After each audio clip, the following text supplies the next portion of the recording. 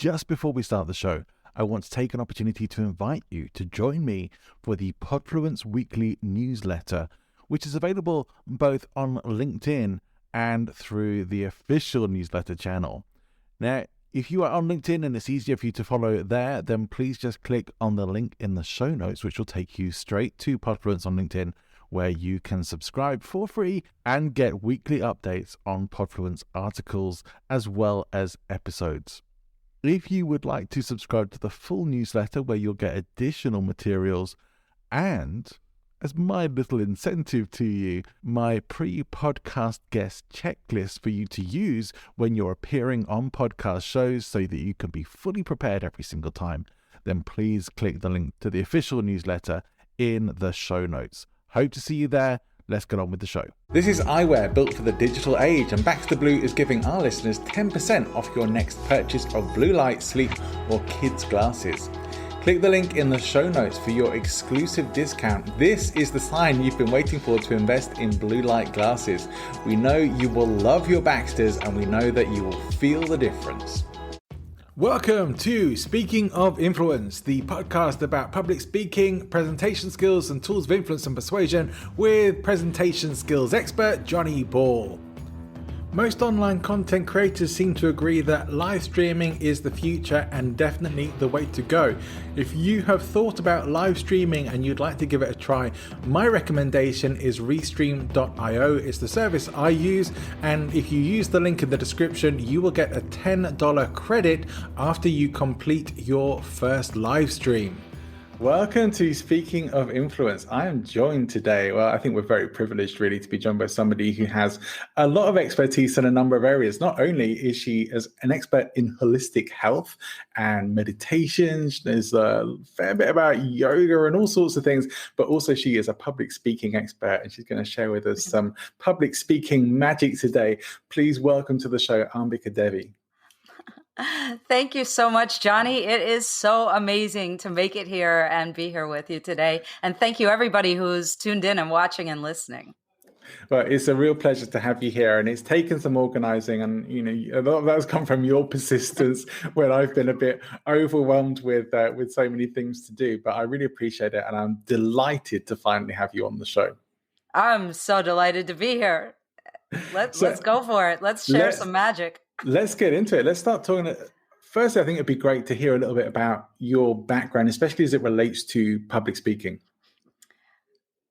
I was super shy as a child, super shy, the kind that held on to their mother's skirt and peeked around sometimes.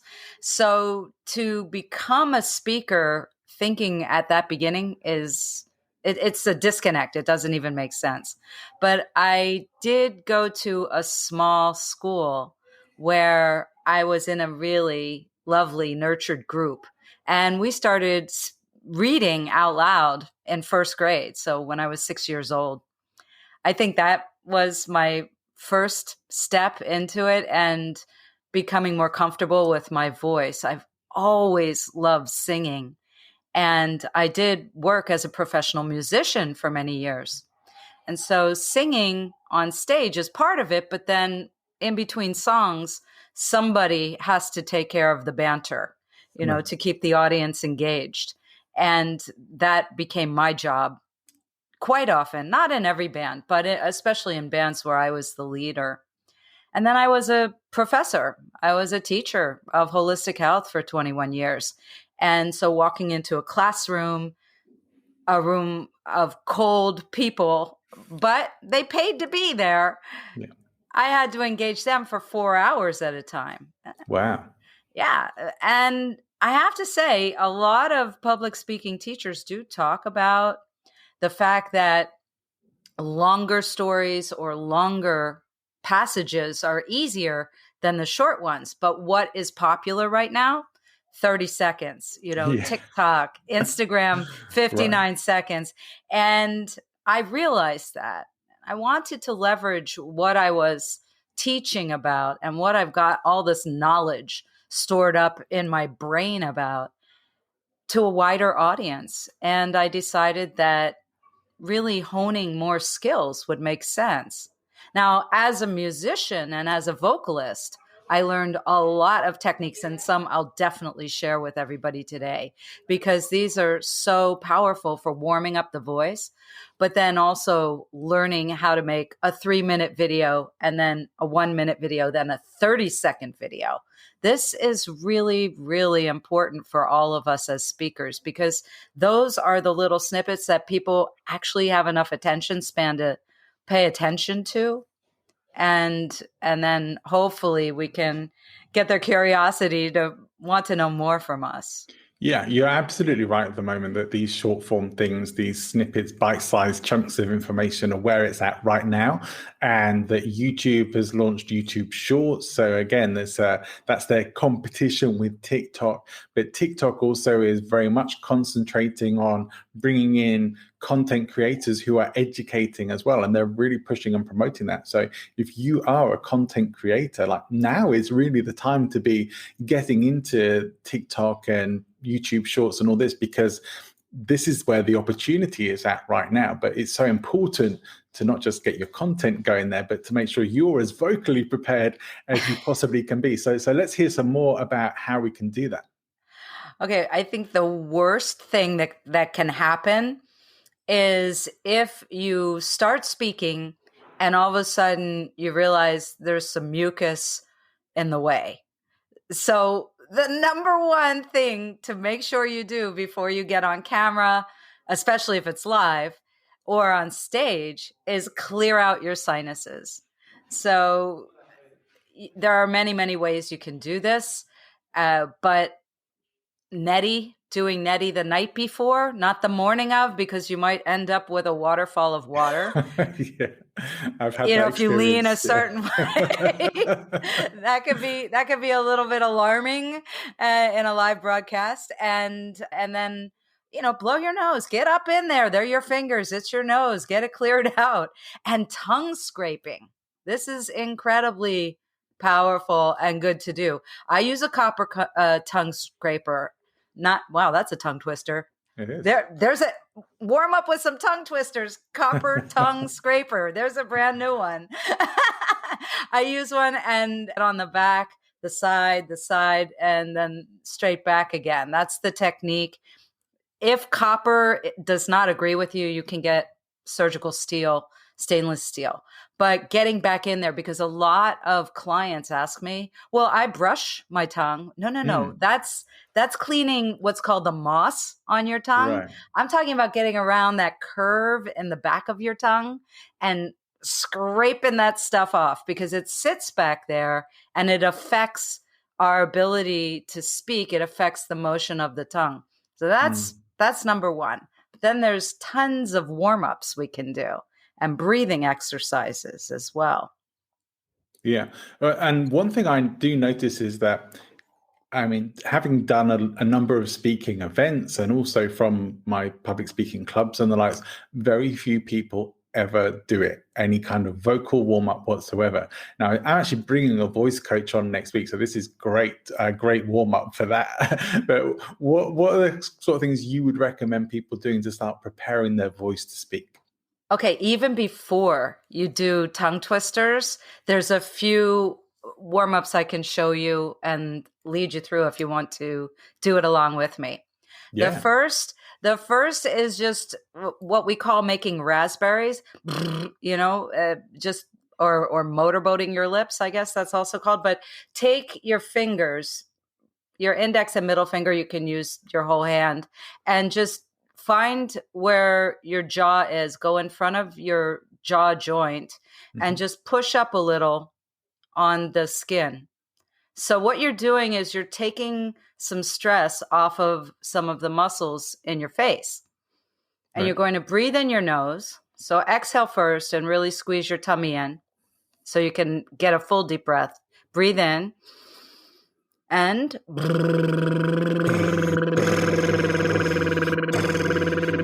so if it's kind of coming out like that, you're not getting enough pressure up to release the muscles. So what you want to do is really the cheek muscle, you want to take the stress off of the cheek muscle. So you might need to come a little closer to your lips.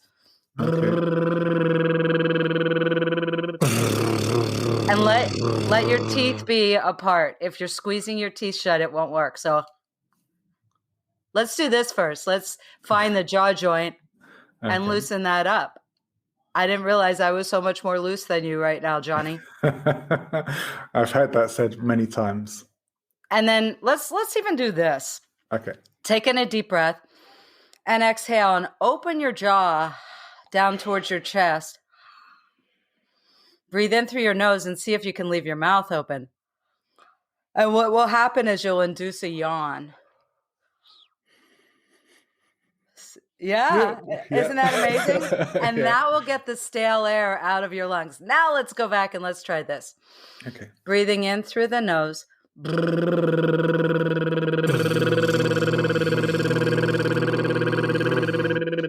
And you have to play with it so that you can get a really loose feeling in your lips. Then what we'll do is a slide. So we all have a natural pitch or a note, a musical note that we speak at. And we speak in a range. It's just like a vocal singing range. You know, maybe I go up to here and maybe I go down to here. That's a natural speaking voice. But then when we get into higher pitches and lower pitches, we can really start to relax the muscles around the vocal cords. The vocal cords are more like ligaments. So the way sound happens is the vocal cords actually separate apart or come together. And there's these places called bridging points. And that's where the voice cracking happens. Now, I know as a guy, Johnny, when you were younger, you went through a period of that. But we women can also experience a voice crack just in regular speech, especially when we're nervous because of these bridging points.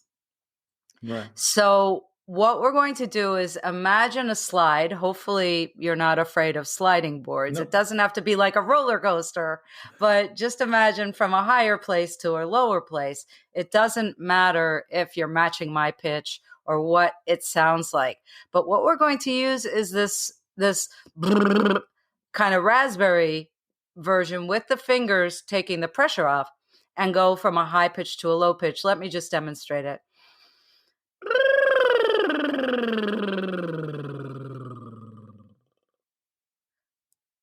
Want to give it a try? Yeah.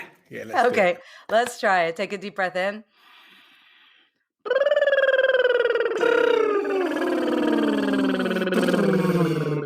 Oh, I think I didn't do my cheeks well enough. Try coming a little bit more forward. Yeah. Like that. Yeah. Mm-hmm.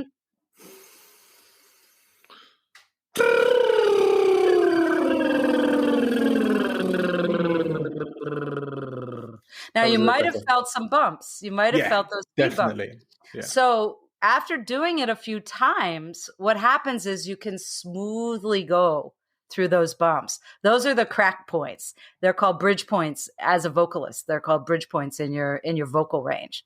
And when we listen to a vocalist who can hang out in that bridge. Cool.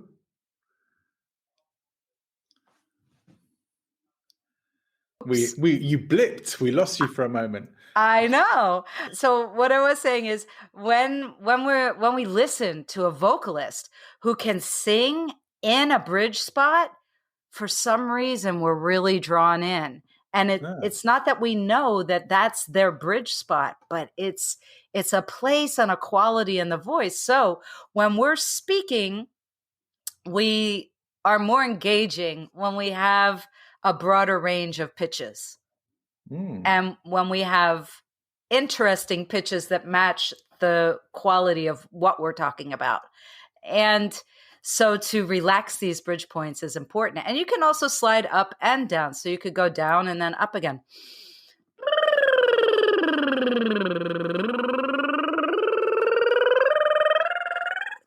Okay, let's give that a try. Go for it.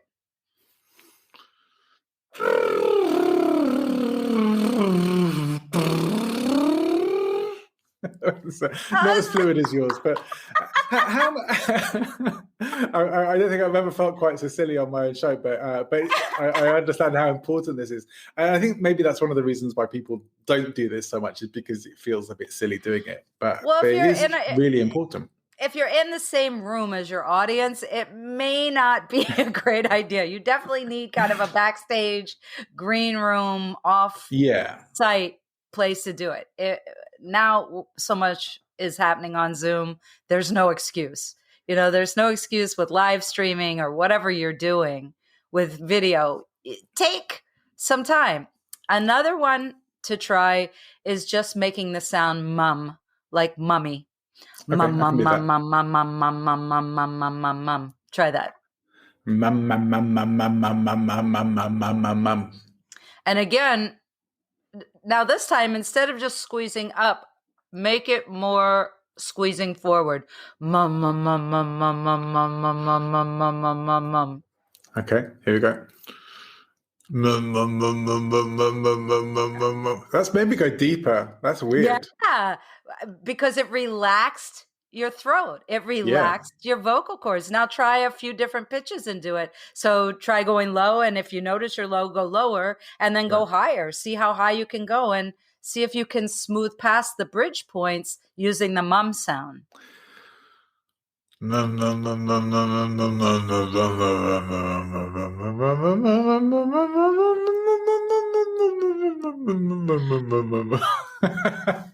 you should feel really It's relaxed in the strange. buckle area. I'm starting to. I'm starting to. Now see if that's looser. I'm just wondering if anyone's watching this with the sound off, wondering what the hell are they doing. Okay. Yeah, that feels looser. Okay, Sure. so for you, mum is really important before you try doing the raspberries. Okay. And here, look, when you get good at this, and when your cheeks get more relaxed, because you should be able to feel, Johnny, that the tissue is more relaxed and more pliable now in your cheeks. Right. Don't be afraid to touch your face. No, I am, and I can feel it. I've always had incredibly red cheeks, and they're probably looking a little bit redder right now after all this manipulation. But yeah. Yes, but there are many, many muscles in the face. It takes so many muscles to smile and muscles to frown as well. And so we use this to speak. So a little massage, everybody, and doing little exercises like this will make it a whole lot easier. I challenge you to try a tongue twister. Stop. Try these, just the mum and raspberries, and then try the tongue twister again. I bet you that it's going to be so much smoother, faster, easier. And look, if you're driving to a gig, you can do it. You can learn to get it one-handed or at traffic lights. These are my tricks. And then once you get the mum smooth, to really check to see if your voice is smoothing through those bridge points. Okay. Because this will make you feel more confident too. When you get the muscles relaxed and get through the bridge points, you can just do a slide just vocally. So taking a breath in like this.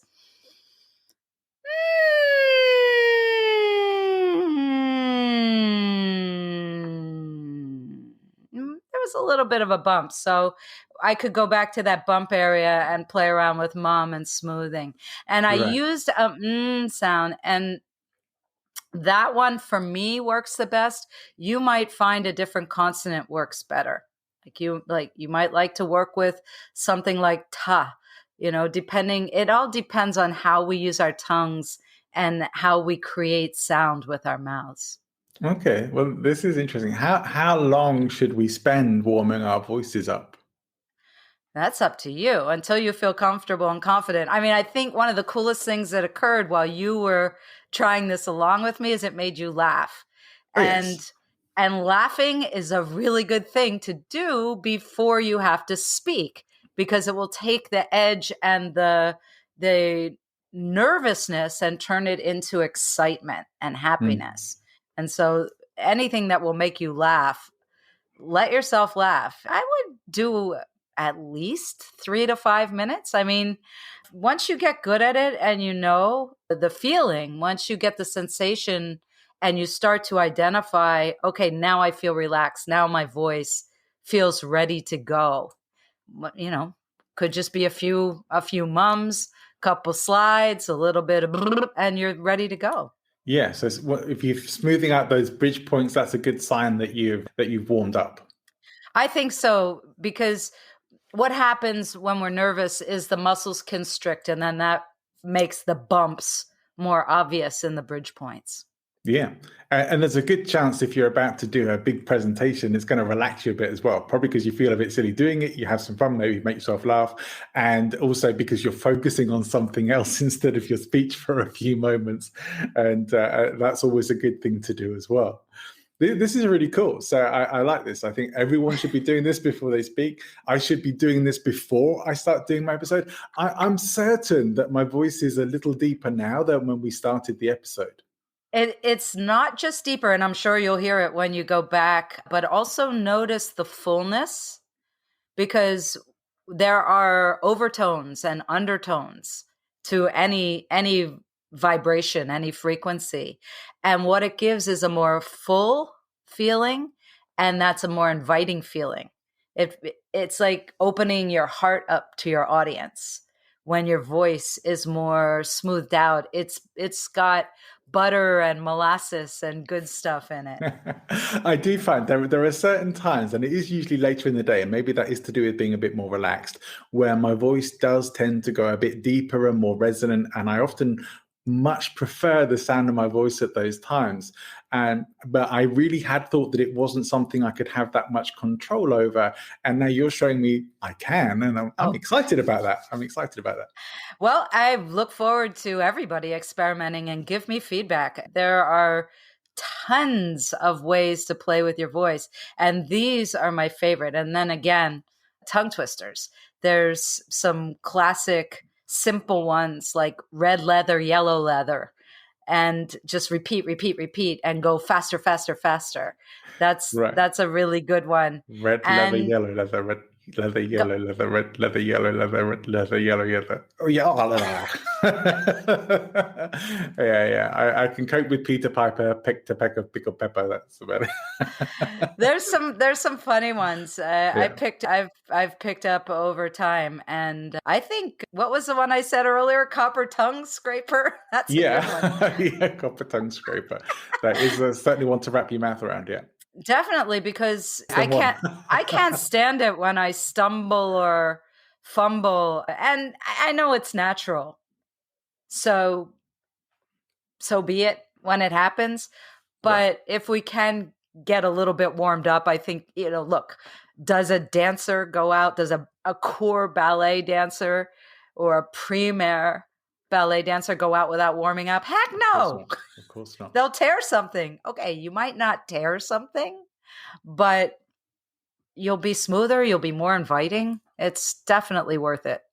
Well, we do hear of, and this is maybe more so with singers than public speakers, but we do hear of people straining their voices and ending up with vocal problems and nodules and all sorts of things that can end up in some cases ending their ability to sing effectively. There's a famous singer here in Spain from a band called Mecano who has had to quit singing pretty much because of that. And I think is Dame Julie Andrews as well had effectively a big operation for voice nodules that's meant she can't sing again. I mean, these are the kinds of things that can maybe at least help us protect against that. Can't promise, but hopefully it helps, right? Yes, those nodules quite often form when a vocalist is pressing a lower range voice through a bridge. Right. And it's like shin splints on your vocal cords. And that's so sad. Yeah. That's actually definitely what led me to learn this, because I was singing backup and playing drums in a band with a guy who pressed through bridges really hard. And he would scream at the backups, match me in rehearsals. And it started really hurting my voice. And I found my way to what's called speech level singing, which was developed by Seth Riggs. And that's where I learned these exercises from one of Seth's proteges. Mm. Do you think it helps being able to sing for public speaking work? Yes, absolutely. Karaoke it up, folks. In what ways, though? Well, when you're singing a song, okay, I can only tell you for me why or how, but when you're singing a song that you really love, it opens up your heart area. Your heart and your lungs are in the same location in your body. And this is where your power comes from. Uh, you mentioned that I teach meditation earlier. So let me bring in a little bit of Far Eastern Sure. mysticism into this. The heart chakra or heart energy center is where the lungs and the heart, the physical heart, are. And this is where the element of air resides. And air is what moves energy in the body. It's also what activates our voice. It's the air going across these vocal cords, creating the sound. So anything that will open up the chest area, exercises, stretches, bolster on the floor, rolled up towels, just a little gentle back bend to open up the heart area, forward bend to squeeze down on the belly to help get the stale air out. Because most people breathe in the top eighth of their lungs. Eighth. Come on, there's 7/8 of capacity there for you. So we've got to focus to get a full deep breath in. Yeah. Singing is a great way to practice breathing without having to go through strenuous pranayama or the breathing exercises. But learning those exercises, even just a breath where you breathe in and hold the air, then exhale and squeeze and hold still and steady with the air out. These are really, really helpful because we might get going in a story and we're starting to run out of air. And then we don't want to, gulp in the middle of that last sentence. It always happens in the punctuating sentence, doesn't it? And so to get your breath moving and working more with you and for you is important. And singing is a form of pranayama. It's a form of breathing exercise. So why not? And sing something that makes you happy. I don't know about you, but before I speak, there's a song that I like to listen to, and it gets me going. I mean, it's just like the same of listening to particular music when you exercise. Yeah. Yeah, I have my Spotify playlist for when I'm speaking, and there's perhaps a rather disturbing amount of Britney Spears songs on it, but it's there, and I love putting it on before I speak. Yeah, it pumps me Yeah. up. Yeah, I mean, and ultimately, when we get back on live stages, there's a theme song that you use to get on stage, and There is. yeah. Yeah. It's a Britney Spears song, which should be no surprise to you after that revelation. Yeah. Wow. You never know. You never know. I mean, one of my favorite songs to use is in another language that I don't even speak, but there's just something about the music, and I make up words to go with it, and it just really moves me and gets me focused. Actually, my in all seriousness, my favorite song to walk out to is a Diana Krall song, which she wrote herself. I'm pretty sure it's called "Charmed Life," and I absolutely love it. And it's great. It's a great entry song. Don't Yeah. nick it. It's mine. That was for the audience, not for you. Oh no, that's okay. I won't nick your Diana Krall song. Yeah, but it's kind of jazz and smooth and cool, and it's like, well, that's what I aim to be. I don't know if I come anywhere close to achieving it. This has been some great insights into warming up your voice, and we've got some tongue twisters and some actual physical things we can do. What else do you think is important, or what else do you tend to teach people and talk about when it comes to public speaking? Well, definitely warm up your body. Shake off the nervous energy. I like to jump up and down, and especially bouncing my heels on the floor, because the sciatic nerve runs up through the body and there is a connection point in the bottom of the heels, and just stamping my feet on the floor, because this helps to get me grounded. So there are practices of centering, finding Right. that location that's just around the navel area, and then getting myself grounded. Imagine roots I definitely do some meditation in the morning and some yoga before a situation where I have to speak or record. And eating right the day before, being kind to your body, being well hydrated. So that means inside and out. I think a lot of people don't realize that their skin takes in a lot of water. Yeah. So bathing the night before, bathing the morning of. I'm a twice a day bather, and sometimes even more if I'm swimming midday. So it blows my mind that people just don't let their bodies get wet enough. I'm a big swimmer as well. It's my favorite form of exercise, and I love to swim. And probably I go most days. So I hadn't really associated it with my hydration, but as you mentioned, I think I always feel pretty well hydrated. I've always got a glass of water next to my computer, and I do like to use the neti pot you talked about as well. And for people who don't know what that is, it's running saline through your sinuses. It's very safe, and it's actually really amazing. And I think it's the only reason I haven't had a cold for a number of years. Add the tongue scraping in, it will blow your mind. I'm going to do it. I think I have a plastic tongue scraper somewhere. It'll do. But personally, for me, copper works really well. Copper, as I said earlier, copper is not for everybody. Some people actually do have an allergy. If you're a person that's tried wearing copper jewelry and it just instantly turns your skin green, you may or may not want to deal with it, but it's antimicrobial.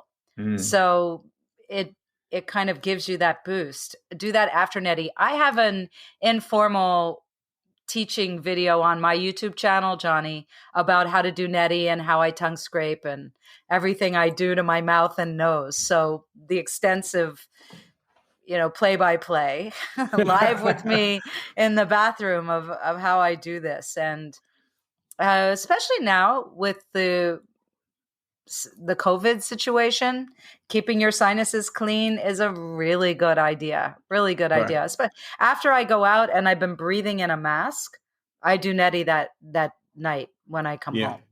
With so many antigens, pollutants around, all this kind of stuff, I think it's a really good practice to have. And it's I know probably I'm like most people when they think about that, of starting doing something like that, it feels weird, of course, if you haven't done it before yet, but you do get surprisingly used to it. And it is important to know that, especially if you are a bit congested when you do it, you really do need to make sure you get as much of the water out afterwards. Otherwise, you may have a bit of Niagara Falls on your face a bit later on.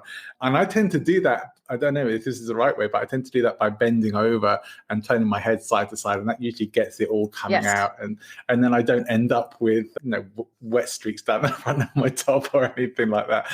But I found it a really valuable practice. I hadn't really considered that it was beneficial for my voice as well. So well, think about it. Your sinuses are a part of your breathing. Of course. And there are weird little cavities all around. We yogis in early stages of training are trained in neti and scraping and all kinds of internal cleansing. And when we do neti, after we get it going through just the nostril areas, we actually flip back and pull it down into the throat to clean that back sinus passage. So I do talk about that in that little video. That's a little bit more advanced, but occasionally I get people who want a one-on-one to learn how to do it. And I'm more than happy to teach them that way, because sometimes you just need a little adjustment. And yes, that head tilt, I've had times where, look, I have pretty clean sinuses, pretty clear passages, but I've had times where I've done neti and the next day I'm doing a forward bend, or a downward facing dog tends to be the angle that not all the way forward bend, but that slight forward bend. Loosens and it up. I've had yesterday's neti come out like, whoa, where was that from? I've experienced that, like when I've done one in the morning and then gone to bed at night, and you put your head on your pillow and turn over, and then oh wow, it can be strange, because it just hangs out there for a while. Another key thing is oleation, so moisture. Yes, the water is good, but our bodies need particular types of oil to be happy. And as a speaker, you want to be able to always hear also. And one of the greatest causes of hearing loss is lack of moisture. So getting some proper moisture into your ears and up in your sinuses after you do something like neti. I recommend whatever edible, organic, preferably oil you're using. Olive oil is great. Right. If you're a ghee user, if you got into ghee, ghee is great. Also, ghee is great for your eyes, your ears, your But nose. you would run that through your sinuses. Well, you'd warm it up because ghee would be a little more solid, or sesame oil works for some people. So sesame, olive, or ghee would be my top 3 choices to put inside. But if you're using any of them, put them in a little dropper bottle and put that bottle sealed up into a cup of hot water. And that'll warm the oil, because your body's going to, your core temperature is warmer than the air around you. So you want to get it a little bit warmer than your core temperature. It doesn't have to be scalding. My goodness, no. But as warm as you can take, but in the beginning, just warm enough. Do you put it through with water with the neti pot? Or no. Just after oil? you do, because neti should be done with sea salt. Mm. So salt is very drying and is actually kind of like an acid. Yeah. So after that, we need to put a base, an oil in. And when we run that salt water through the body, through the soft tissue, the extremely sensitive tissue of the sinuses, we then want to oleate it afterwards. So you could take a dropper and flip your head back and just snort it in. And if you can, pull it down your throat, because then it's that back passage that hangs us up vocally a lot, that gets stuffed up. And that also, after you do that, having a clean tongue, scraping, because some will end up on the back of the tongue and sit there. It's when you swallow that gunk that it creates stomach and viral kind of things in the upper digestive system. So that's why you haven't been getting sick, because you've been taking good care and keeping that area more clean. So but there's more I can do. And so you would also put that oil into your ears? Yes. Not into your eyes though, right? I wouldn't do ears in the daytime when you have to hear, because the way to do the ears is just a drop or 2 of the warm oil or ghee. Oil is probably a little better for your ears. Ghee, if it gets staying in there, will congeal and feel almost waxy. So I would go with olive oil and sesame oil in your ears. It's up to you if you want to experiment with ghee, but just realize you might need to flush out with salt water later.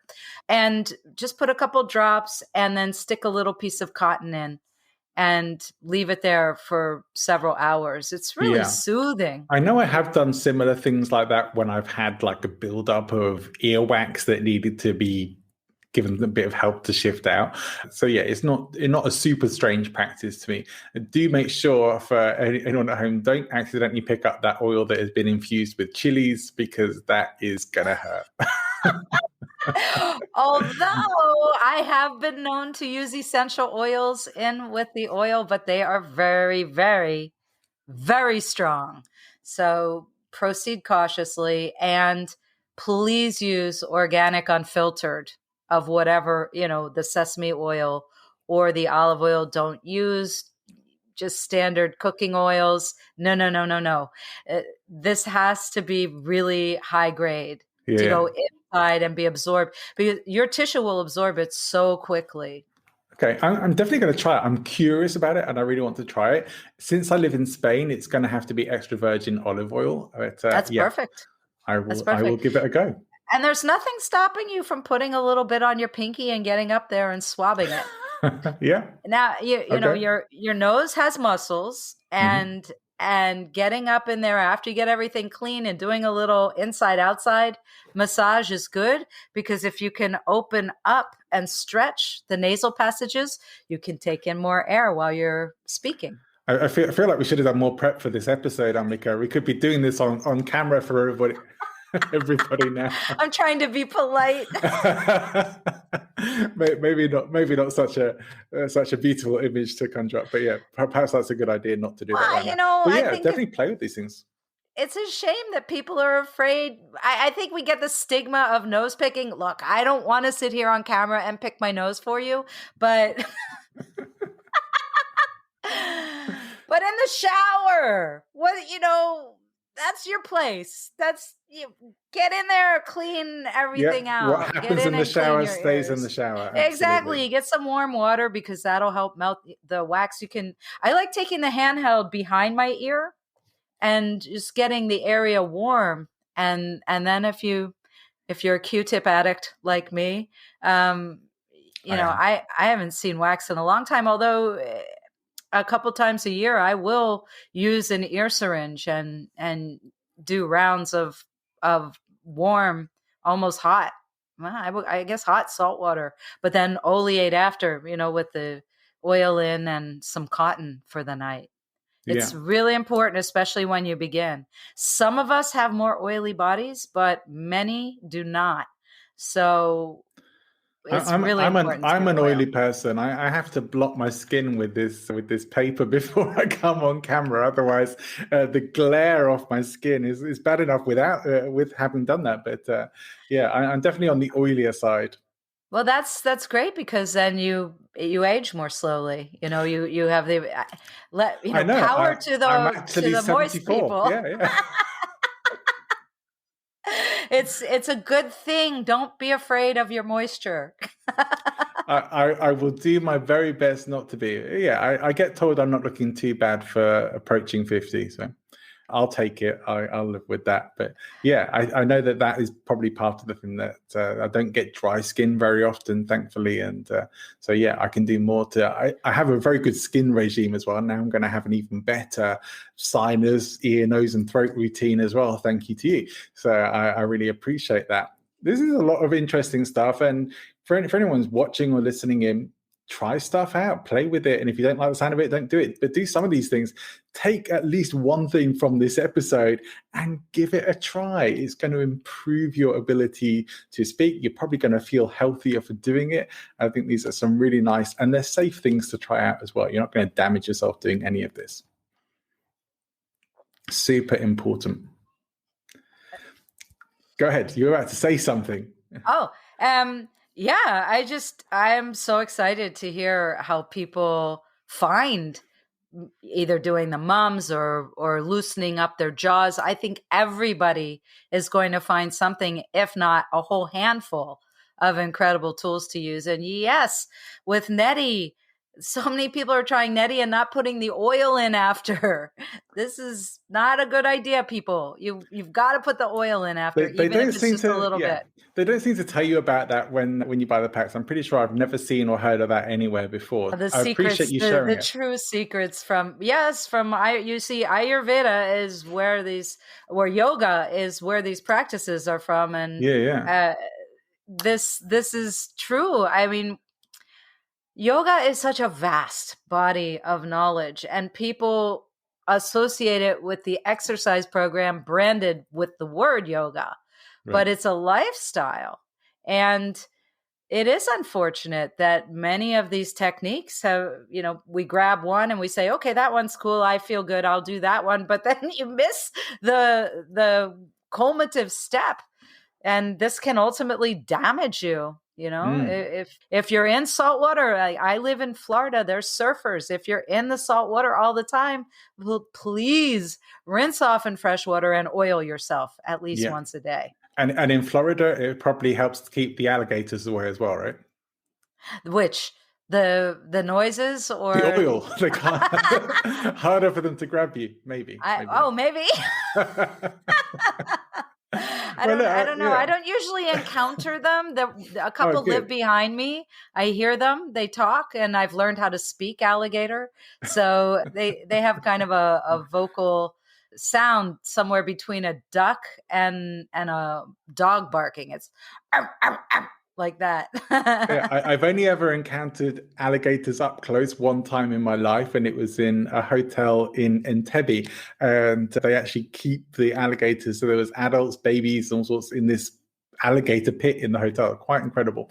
And that was as close as I ever want to get to them as well. But they're interesting creatures. Moving on from alligators, though. We've gone all over the place today. We have gone around a few houses and then some, but we've covered a lot of really useful things. And I think, like many people who might be tuning into this, a lot of this is going to be like, you heard it here first. It has been for me today with you, because I really appreciate what you've been sharing with us.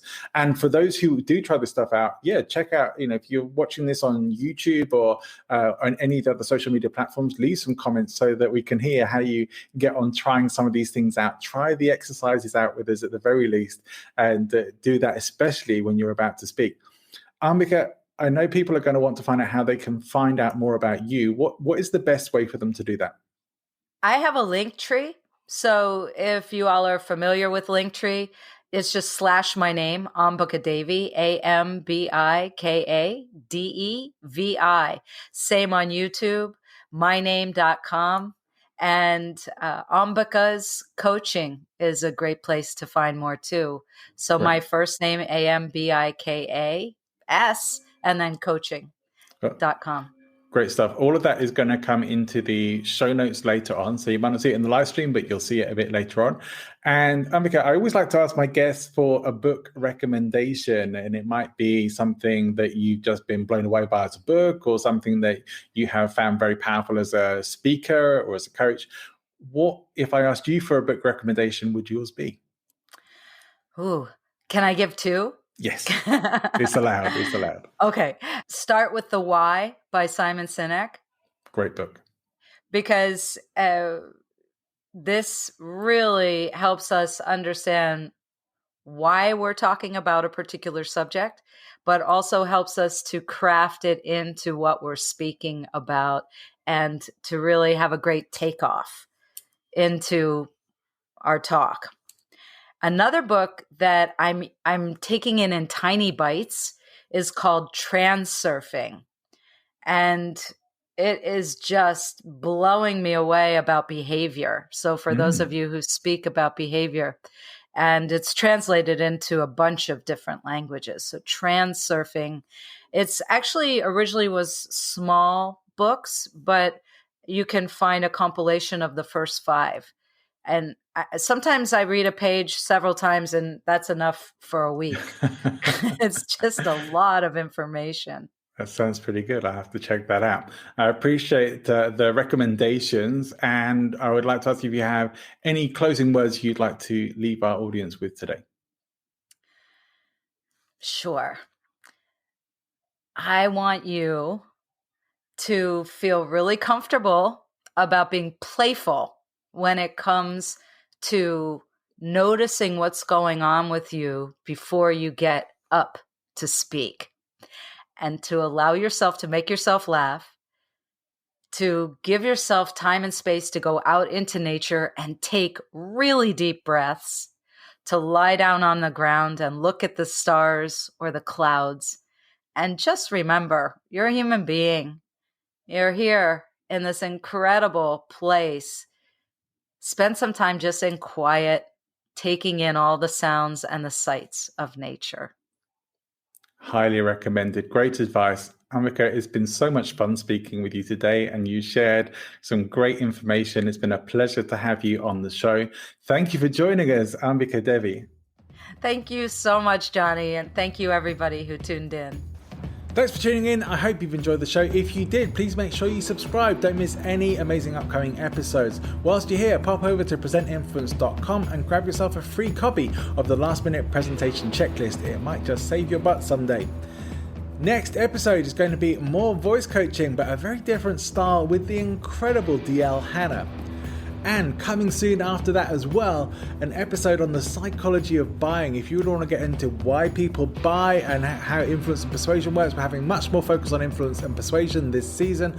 Join me and Moeed Amit as we talk about the psychology of buying and much more besides. What gets those customers buying your products and services? Understand how trust and persuasion works in your business. Don't miss it. And if you're enjoying the show, make sure you share it with your friends as well. See you next time.